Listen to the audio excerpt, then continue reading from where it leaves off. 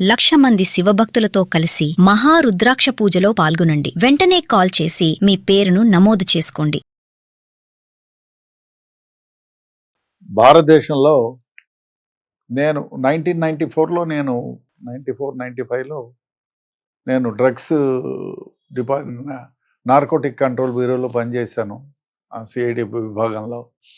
అప్పుడు మామూలుగా ఈ డ్రగ్స్ అంటే మ్యాక్సిమం అంటే డ్రగ్స్ పట్టుబడిన సందర్భాలు ఉన్నాయి, కానీ ఎక్స్పెన్సివ్ డ్రగ్స్ అందరూ ఇక్కడ వాడే వ్యవహారం ఉండేది కాదు. తెలంగాణలో కానీ ఉమ్మడి ఆంధ్రప్రదేశ్ రాష్ట్రంలో కానీ మహా అంటే గంజాయి వాడేవాళ్ళు. ఇప్పుడు ఆ వాడకం ఎంతవరకు పెరిగిందంటే 100% పెరిగిందనే చెప్ప. అప్పుడు 100 మందిలో 2 వాడితే ఇప్పుడు 100 మందిలో 15 మంది వాడుతున్నారని చెప్పాలి. యూత్ అంతా కూడా చాలామంది దీనికి అలవాటు పడిపోతున్నారు. ఈ దరిద్రమైన వ్యవహారం ఏమంటే యంగ్స్టర్స్, కాలేజ్ గోయింగ్ పిల్లలు, స్కూల్ గోయింగ్ పిల్లలు అలవాటు పడిపోతున్నారు, విచ్చలవిడిగా దొరుకుతూ ఉంది. అదేవిధంగా దీనికి అనేక కారణాలు ఉన్నాయి. మనం చూసుకుంటే పెళ్ళిళ్ళకి ఎవరైనా చేసుకోవాలి అంటే ముందు మీ అబ్బాయి ఏమి రాబడి, ఏం చదువుకున్నాడు, ఏం ఉద్యోగం చేస్తున్నాడు అని విచారిస్తూ ఉండేవాడు.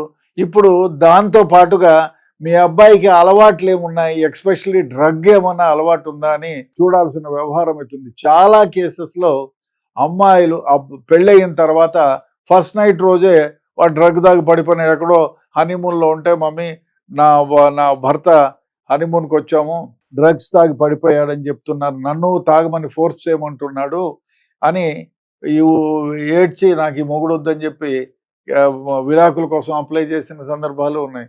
అదేవిధంగా చాలామంది పెళ్ళి కాక మునిపే ఈ డ్రగ్స్ నేను పెళ్లి చేసుకోవాలంటే అబ్బాయిలకు డ్రగ్ అలవాటు ఉందేమో చూడని విచారించుకోవాల్సిన అవసరము వస్తూ ఉంది. లేకపోతే కొందరు ఈ డ్రగ్స్కి మహమ్మారికి అలవాటు పడి కాపురాలను విచ్ఛిన్నం చేసుకుంటారు. అమ్మాయిల పైన ఇష్టం వచ్చినట్టు బిహేవ్ చేయడం, కొట్టడం, అదేవిధంగా సరిగా ఉద్యోగాలు చేసుకోకపోవడం, ఆ విధంగా తమ జీవితాలను నాశనం చేసుకుంటున్నారు. అందువల్ల ఈ తల్లిదండ్రులు, అమ్మాయిలు ఉన్న తల్లిదండ్రులందరూ కూడా వాడు ఏం సంపాదిస్తాడు, వాడు ఏ విధంగా ఉన్నాడు అనేది, వాడి క్వాలిఫికేషన్ ఏమి అని చూడక ముందే వాడికి డ్రగ్ అలవాటు ఉందా అని విచారించుకోవాల్సిన పరిస్థితి ఏర్పడుతూ ఉంది. దానివల్ల చాలా ఖర్చు పెట్టి, ఈ మధ్యనే ఒక కుటుంబము, మాకు తెలిసిన కుటుంబం పెళ్ళికి సిద్ధమవుతుంటే ఒక ఆయన నా దగ్గరికి వచ్చాడు, సార్ ఈ అబ్బాయిది నంబరు ఎట్లా కనుక్కోవాలి, ఆ అబ్బాయి డ్రగ్స్కి అలవాటు పడ్డారా అని ఈ ప్రైవేట్ ఏజెన్సీస్కి హైర్ చేసుకొని ఆ అబ్బాయిని హైర్ చేసి వాడు ఎక్కడెక్కడ తిరుగుతాడు, ఏ క్లబ్బుల్లో తిరుగుతాడు, ఎక్కడెక్కడ ఉంటాడు, వాడి స్నేహితులు ఎవరు, వాళ్ళకేమైనా డ్రగ్ అలవాటు ఉందా, ఇవన్నీ విచారించుకోవాల్సిన పరిస్థితి ఏర్పడింది. ఎందుకంటే ఒకసారి పెళ్ళయిన తర్వాత మళ్ళీ వెనక్కి విడాకులు తీసుకోవాలి. చాలామంది అబ్బాయిలు డ్రగ్స్కి అలవాటు పడిపోయి కొట్టడము, తిట్టడము, విచిత్రంగా ప్రవర్తించడం, దీన్ని తట్టుకోలేక పెళ్ళైన కొత్తలోనే 5 నెలలకే 6 నెలలకే విడాకులు తీసుకున్న వాళ్ళ సంఖ్య విపరీతంగా రోజు రోజుకు పెరిగిపోతుంది. దాంట్లో ఏమైపోయిందంటే కాలేజ్ స్టూడెంట్స్, మామూలుగా యంగ్స్టర్స్కి ఒక అలవాటు ఉంటుంది, ఏదైనా కొత్తగా రుచి చూడాలా అనే ఉత్సుకత అందరికీ ఉంటుంది. కొత్తగా మోటార్ సైకిల్ వస్తే అబ్బా నాకు ఆ మోటార్ సైకిల్ కావాలని ఎక్కడం, నాన్నను అమ్మను సతాయించు ఆ మోటార్ సైకిల్ కొనుక్కోవడం, ఇది సర్వసాధారణం. ఇప్పుడు ఏమైంది, అది కాదు, వాడు డ్రగ్ తీసుకొని అన్న విమానంలో పోయినట్టు ఉంటుందన్న, భలే ఉంటుంది, ఒకసారి స్వర్గం అనుభవించినట్టు ఉంటుందని చెప్తే దానికోసం ఆవిర్లు ఆడడం, ఇంట్లో దొంగతనాలు చేయడం, ఈ విధంగా జరిగిపోతుంది. చాలామంది అబ్బాయిలు విషయం ఏమిటంటే ఫ్రెండ్స్, మనం పిల్లల విషయానికి తీసుకుంటే తల్లిదండ్రుల మాట వినేది 10%, 10 కూడా గొప్ప. స్కూల్లో టీచర్ల మాట వినేది ఒక 15%, 75 నుంచి 80% ఫ్రెండ్స్ మాటే వింటారు. ఫ్రెండ్స్లో ఎవరికైనా ఈ దురదృష్టంగా ఈ అలవాటుకు లోనై ఉంటే వీడికి అరే ఏమరా అంటే, నిన్న పోయిచ్చినానన్నా స్వర్గంలో ఉండొచ్చున్నాను, అవునా అంటే ఎంత కావాలా, 2000 కావాలా, 5000 కావాలా అని ఈ హుక్కా సెంటర్లకో ఎక్కడికో పోయే గంజాయో ఇంకోటో అలవాటు చేస్తున్నారు.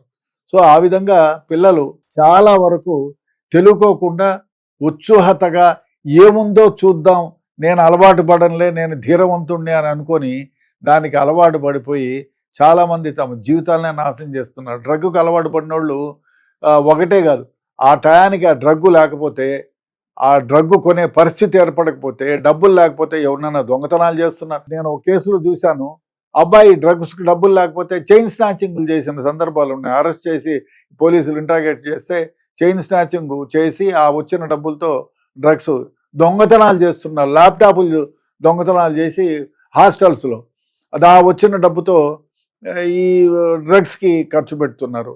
అదేవిధంగా ఇంట్లో నుంచి అమ్మ నాన్న కూడబెట్టుకున్న డబ్బుల్లో నుంచి దొంగతనాలు చేస్తున్నారు. తల్లి నగలు ఎక్కడో తెగిపోయిన చైన్ ఉంటే దాచిపెట్టుకుని మళ్ళీ వెల్డింగ్ ఎక్కడో చేయించుకొని సరి చేసుకొని వేసుకుందామని పోపుల డబ్బాలు ఎక్కడో పెట్టి ఉంటే అది తీసుకెళ్ళిపోయి వాడు కుదవబెట్టి లేదా అమ్మేసి డ్రగ్స్కు బానిస అయిన ఉన్నాడు. ఒకసారి డ్రగ్స్కు ఇంకో విషయం అంటే ఉన్నత కుటుంబంలో నుంచి వచ్చిన వ్యక్తి తల్లి నా దగ్గరకు చెప్పింది, సార్ మా వాడికి ఇట్లా అలవాటు ఉంది, ఏం చేయాలా అంటే, అమ్మా రిహాబిలిటేషన్ సెంటర్లు ఉన్నాయి, హాస్పిటల్స్ ఉన్నాయి, మరి ఎందుకు ఒకసారి చెప్పి చేయొచ్చు అంటే, సార్ పరువు పోతుంది సార్. చాలామంది పరువు కోసం ఆలోచిస్తున్నారు. వాడు జీవితమే నాశనం అయిపోతుంది, వాడు ప్రాణమే పోతుంది. దాన్ని రెక్టిఫై చేయాల్సిన పోయింది ఈ తల్లిదండ్రులు. అమ్మో బయటికి తెలిస్తే పరువు పోతుంది, వాడికి ఎవరు పిల్లనీరు, మా అమ్మాయికి పెళ్లి కాదు, ఇట్లా బాధపడుతున్నారు. కాదండి, ఇక్కడ జీవితాలే నాశనం అయిపోతున్నాయి. కాబట్టి డెఫినెట్గా మీరు ఒకవేళ తెలిస్తే ఇమ్మీడియట్గా వాడిని రిహాబిలిటేషన్ సెంటర్ కన్నా తీసుకెళ్ళండి, మంచి డాక్టర్ దగ్గరికి తీసుకెళ్ళండి, మంచి కౌన్సిలర్ దగ్గరికి తీసుకెళ్ళండి, వానికి అలవాట్లు మార్పించండి. ఆ విధంగా చేసి వాడి జీవితాలు బాగుపరచండి. భయపడద్దండి, ఏమీ కాదు. ఈ మధ్యకాలంలో చాలామంది దీనికి అలవాటు పడిపోయినారు, చాలామంది జీవితాలను నాశనం చేసుకుంటున్నారు. కాబట్టి డెఫినెట్గా ఈ దశగా మీరు ఆలోచన చేయండి. తల్లిదండ్రులు ఎవరైనా యూత్గా ఉన్నారంటే ఇంకొక వ్యవహారం ఏమంటే, మా అబ్బాయికి సపరేట్ రూమ్, మా అమ్మాయికి సపరేట్ రూమ్. అయ్యా తలుపులు వేసుకొని వాళ్ళు బంగాకు కొట్టిన సందర్భాలు ఉన్నాయి. తలుపు తీసి పెట్టమని చెప్పండి. ఈ వాడి మూడ్ ఎట్లుందో చెప్పమనండి. వాని బుక్కులు, వాని సెల్ఫ్ను ఒకసారి సెర్చ్ చేయండి, వానితో కూర్చొని మాట్లాడండి. ఎవరైతే అబ్బాయో అమ్మాయో ఉన్నారో వాళ్ళ ఫ్రెండ్స్ను ఇన్వైట్ చేయండి ఇంటికి. వాళ్ళ గురించి నీకు తెలియని ఎన్నో రహస్యాలు వాడి ఫ్రెండ్ నీకు చెప్తాడు. వానితో క్లోజ్గా ఉండి, ఏరా బాబు మా అమ్మాయి ఎట్లా, మా అబ్బాయి ఎట్లా అని చెప్తే వాళ్ళు చెప్తారు. ఇది గమనించండి. ఒకవేళ దురదృష్టవశాత్తున వాడు ఇటువైపు మళ్ళాడు అంటే తగిన జాగ్రత్తలు తీసుకోండి. కుటుంబ పరువు పోతుందనో ఇంకోటో వాళ్ళని బయటికి రానికుండా, కౌన్సిలింగ్ ఇప్పించకుండా, ట్రీట్మెంట్ ఇప్పించకుండా ఇంట్లో పెట్టి వాడు ఇంకో మర్డరో మానభంగమో చేసేంత వరకు మీరు ఎదురు చూస్తూ వాడి జీవితం బుగ్గిపాలు చేయకుండా డెఫినెట్గా తల్లిదండ్రులు కొంచెం జాగ్రత్త వహించి, వాడికి మంచి బైక్ ఇచ్చినామా అని కాదు, మంచి కార్ ఇచ్చినామా అని కాదు, మంచి స్కూల్లో జాయిన్ చేసామా అని కాకుండా మంచి క్యారెక్టరు, మంచి ఎథిక్స్ ఉండే విధంగా వాడి జీవితాన్ని మలవండి. డెఫినెట్గా బాగుంటుంది. లేకపోతే ఈ మధ్యకాలంలో ఏమైపోయిందంటే డ్రగ్గు మహమ్మారి ప్రతి గడప తలుపు తడుతుంది. కాబట్టి ఇబ్బందికరంగా ఉంది.